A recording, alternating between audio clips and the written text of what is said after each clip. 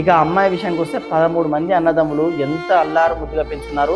మనం సినిమాలో చూస్తుంటాం ఒక చెల్లెను ఇంత గారాభాగంగా పెంచుకుంటారని. వాళ్ళందరికీ కూడా లక్షల్లో సబ్స్క్రైబర్స్ ఉన్న యూట్యూబర్స్ ప్రతి దాంట్లో కూడా వాళ్ళ చెల్లె వీడియోస్కి ఎక్కువ వ్యూస్ వస్తున్నాయి. అంటే వాళ్ళ చెల్లెను ఎంత గారాభంగా చూసుకుంటున్నారు, వాళ్ళ చెల్లెను చూస్తున్న సబ్స్క్రైబర్స్ కూడా ఎంత అమితంగా అమ్మాయిని ప్రేమిస్తున్నారు.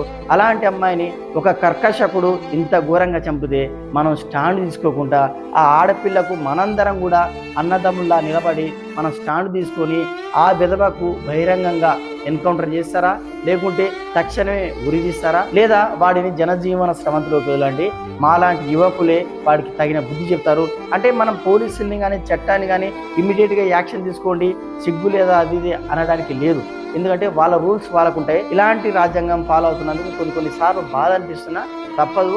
కానీ కొన్నిసార్లు సవరణ చేసి ఇలాంటి విధవలకు ఇమ్మీడియట్గా పనిష్మెంట్ చేస్తే డెఫినెట్గా ఒక 10 సంవత్సరాల వరకు ఒక అమ్మాయిని చూడాలంటే చాలామంది భయపడతారు. కానీ మన చట్టాలు ఈ విధంగా ఉన్నాయి.